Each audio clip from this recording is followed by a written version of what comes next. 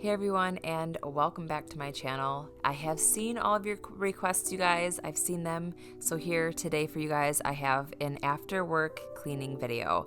And for those of you that might be new, hello. I'm glad you're here. I would love if you subscribed and stuck around. I am a full-time nurse. I work in the operating room, so I'm a very, very busy mom.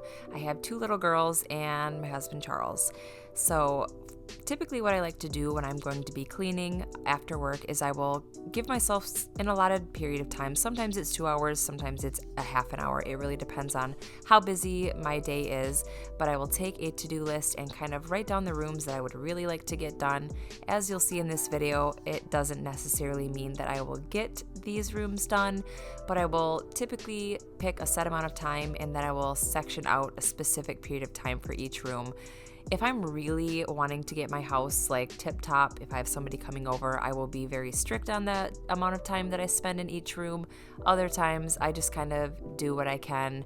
And as you'll see in today's video, I sectioned off about 30 minutes for each room, but I only ended up getting about 2 rooms done, which is totally fine. If you're a working mom or a student mom, I really highly recommend this. Sometimes I'll do a power hour and just do 10 minutes in each room. It's amazing how much you can get done with just 10 minutes in each room. So without further ado, let's just jump into this cleaning video. So to prepare for cleaning, I always grab a clothes basket to kind of put items that don't belong in that room in the basket, and then later on I will put them in their respective rooms, and I'll also grab a trash bag. Another thing that I really like to do is I like to get a playlist going. I'm a big Spotify fan, so I will get some good tunes going. It just makes the process a little bit more tolerable, because let's be real, sometimes when you get done with a full day of work, the last thing you want to be doing is picking up your house. I also am huge in lighting some candles. I don't know if it's the smell or the ambiance that the candle makes, but it makes me feel a lot better. So I don't do this all the time, but probably about once a month I will wash the couch cushions. It really depends on when I get to it. On this day, I had kind of decided that I had had enough with it and they really needed to get washed. Our couch, if you can't tell, has really been through the ringer. We really could use a new couch, but this one works, so we just kind of stick with it. And it's a 10-year-old couch, but it does the job. I'm taking everything into the basement and throwing in a load of laundry so it can wash while I'm doing the other things.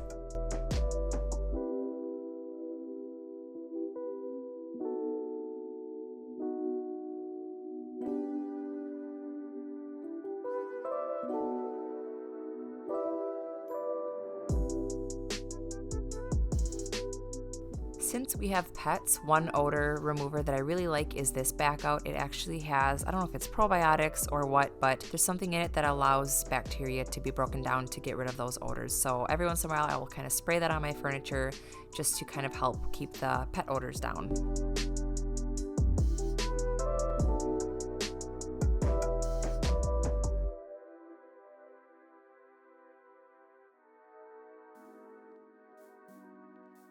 If you've been watching my vlogs for a while, you will know my love-hate relationship with this coffee table. I do like having the coffee table, however, I find it just collects so much clutter. If you have a coffee table, do you find that your coffee table also collects clutter, or do you have an ottoman? Let me know down below in the comments if you have an ottoman or a coffee table and whether or not you can keep it clean, because the kids, I mean, it's nice because we have the kids' books underneath it, the kids' markers and things, so they have easy access to it, but it gets messy. I organize this thing every single week. The next products that I really like to use are Sal's Suds, which is a concentrated cleaner, and I just put it in an old spray bottle with some water, and then I use some old flour sack towels as well as microfiber towels to do all of my dusting.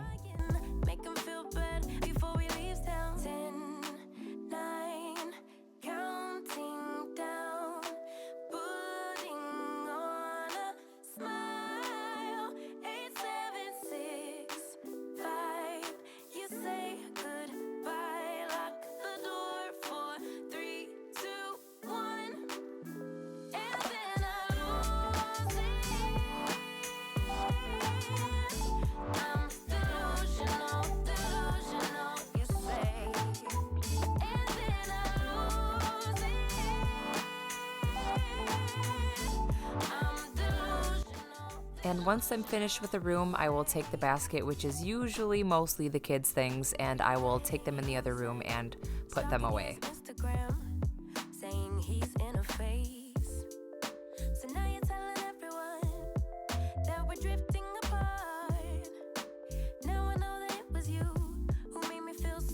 We live in a mid-20th century house, so we have this wonderful built-in, which I don't love because it ends up collecting tons of the kids' toys, and it's just kind of awkward to decorate. Then the next thing I like to do is run my robot vacuum because it's just something that I don't have to do, and I kind of decided last minute to sit and take some time and cut all of the hair out of it, which took me way longer than I would like to admit, and it's kind of gross. I mean, I don't know, I think it's kind of gross. Let me know in the comments down below if you have to do this with your vacuum and whether or not it grosses you out. Hair just kind of grosses me out, but the vacuum works so much better when this is taken care of.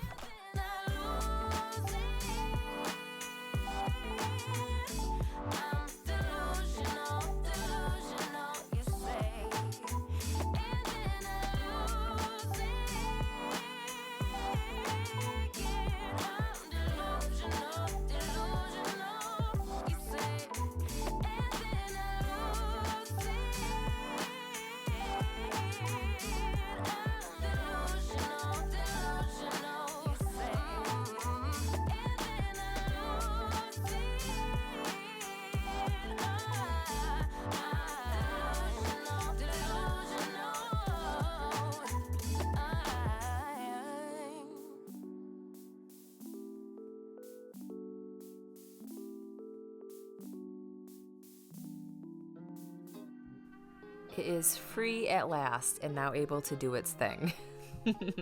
We actually named our robot Robbie. I don't know if just Robbie the robot. And my kids will be like, "Mom, Robbie's stuck." It's pretty cute.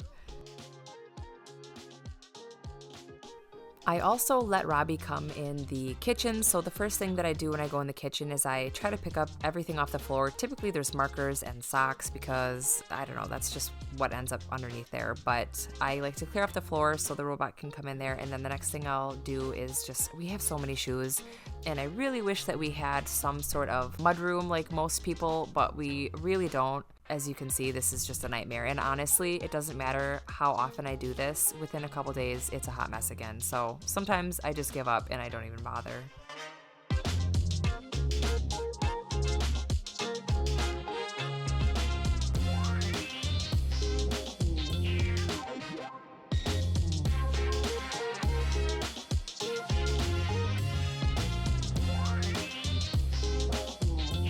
This is lit.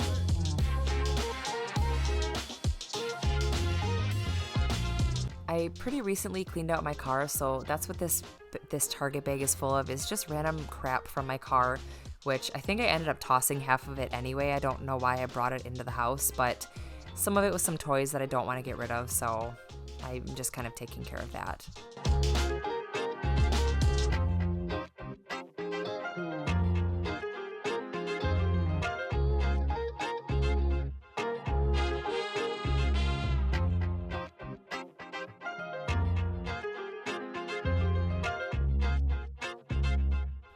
Our second catch-all place in our house is our kitchen table. We don't really have a dining room or a very big space for a table.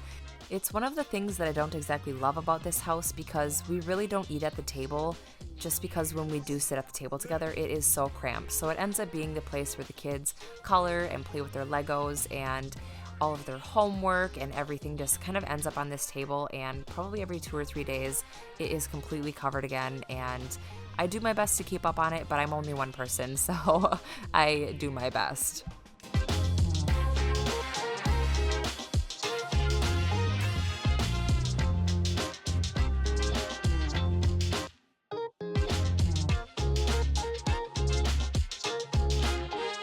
Admittedly, I do toss a lot of the kids' art projects and things that they come home with, but every once in a while I will save one item.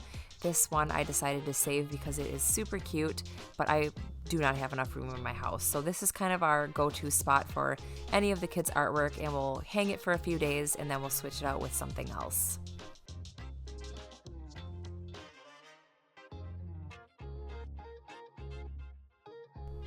Every so often, I will wipe all of our chairs down. However, I'll admit I don't wipe them down every single day. I really don't have the time to wipe them down. So it's probably more like once a week when it's starting, there's starting to be a couple spots or some crumbs that, from the kids.